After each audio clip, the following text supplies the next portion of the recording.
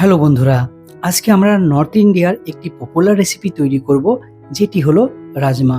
আর এই রাজমা রেসিপির স্বাদ হয় অসাধারণ। তাহলে চলুন কিভাবে খুব সহজ উপায় এই রেসিপি তৈরি করা যায় দেখে নেওয়া যাক। তাহলে সর্বপ্রথম আমি এখানে রাজমা নিয়ে নিয়েছি।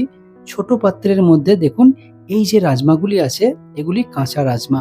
এরপরে এই রাজমাগুলিকে 2 থেকে 3 ঘন্টা যাবৎ জলে আপনাকে ভিজিয়ে রেখে দিতে হবে। এরপরে রাজমাগুলিকে প্রেসার কুকারের মধ্যে দিয়ে যতটা পরিমাণ রাজমা তার ডবল টিক জল দিয়ে নেবেন। এর মধ্যে 2টি এলাচ, দারচিনি এবং লবঙ্গ অ্যাড করে দিয়ে স্বাদ অনুসার লবণ অ্যাড করে দিয়ে 2 থেকে 3টে সিটি দিলে এই রাজমাটি কিন্তু আরো পারফেক্ট কুকড হয়ে যাবে।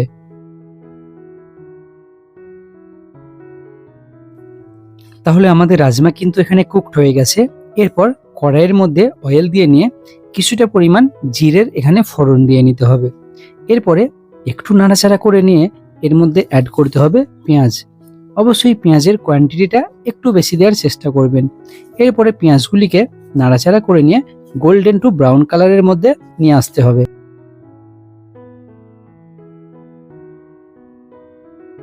এখানে পেঁয়াজের কালার পরিবর্তন হয়েছে, এমন তো অবস্থায় 1 থেকে 2 চা চামচ পরিমাণ আদা এবং রসুনের পেস্ট অ্যাড করে নিয়ে এটিকে একটু কুকড করে নিতে হবে।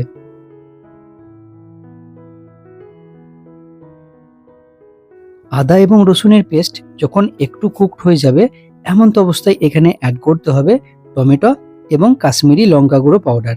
তো বন্ধুরা, এই দুটো ইনগ্রেডিয়েন্টস দেওয়া হয়ে গেলে একটু নাড়াচাড়া করে নিয়ে এরপর বাকি মশলা এর মধ্যে অ্যাড করতে হবে, যার মধ্যে থাকছে হলুদ গুঁড়ো পাউডার, জিরে গুঁড়ো পাউডার এবং ধনে গুঁড়ো পাউডার। এই 3টে মশলাই আমরা এখানে ইউজ করব। এরপরে এই মশলাটিকে একটু নাড়াচাড়া করে এখানে ভালোভাবে একটু কষিয়ে নিতে হবে।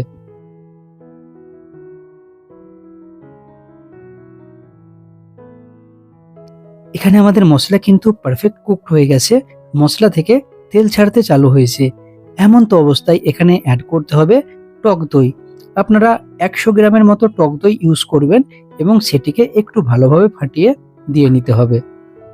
টক দই দেওয়া হয়ে গেলে এরপরে এটিকে কন্টিনিউ কিছুক্ষণ যাবৎ বেশ ভালো করে কষিয়ে নিতে হবে।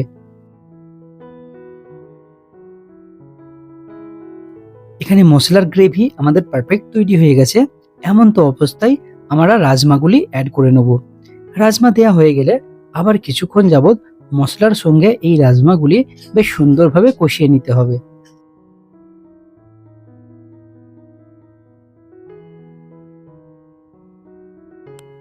তাহলে আমাদের রাজমা এখানে পারফেক্ট কষানো হয়ে গেছে, এর টেক্সচারটি এখানে পারফেক্ট এসে গেছে। তাহলে বন্ধুরা, এটি কিন্তু পারফেক্ট সময় জল অ্যাড করার জন্য। এরপরে গ্রেভির জন্য পরিমাণ মতো এখানে জল অ্যাড করে নিতে হবে। জল দেওয়া হয়ে গেলে একটু নাড়াচাড়া করে নিয়ে এরপর এর মধ্যে অ্যাড করতে হবে কাঁচা লঙ্কা।